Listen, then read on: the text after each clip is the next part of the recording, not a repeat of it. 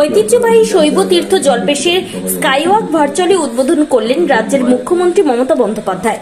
সোমবার উত্তরবঙ্গ সফরে এসে শিলিগুড়ির দীনবন্ধু মঞ্চে অনুষ্ঠান করেন মুখ্যমন্ত্রী।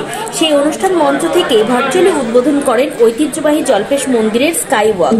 মন্দিরের উন্নয়ন প্রকল্পে রাজ্যের মুখ্যমন্ত্রী মমতা বন্দ্যোপাধ্যায় এর আগে 5 কোটি টাকা বরাদ্দ করেছিলেন।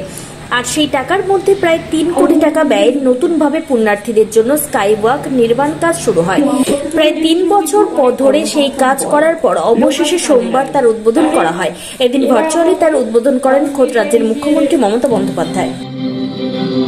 বিশেষ করে শ্রাবণী মেলার সময় অনেক বড় লাইন হয় এবং এটা আমাদের জলপেশে যখন শিবরাত্রি হয়, শিবরাত্রি মেলা, এই সমস্ত কিছু যখন এখানে যে ভিড়টা হয় সেটা এইবার আমাদের এই স্কাইওয়াকের মাধ্যমে যখন আসবে ভিড়টা অনেক মানে সুশৃঙ্খলভাবে যাতে পুণ্যার্থীরা এখানে আমাদের বাবা জলপেশের মাথায় জল ঢালতে পারে সেই ব্যবস্থা হচ্ছে। আপনারা দেখলেন আজকে আমাদের মাননীয় মুখ্যমন্ত্রী শিলিগুড়ি থেকে ভার্চুয়ালের মাধ্যমে এটা উদ্বোধন করলেন। আমরা সবাই এখানে আছি, আমাদের মন্ত্রী বুলুচিক বড়াই, আমাদের রাজগঞ্জের বিধায়ক খগেশ্বর রায়, আমাদের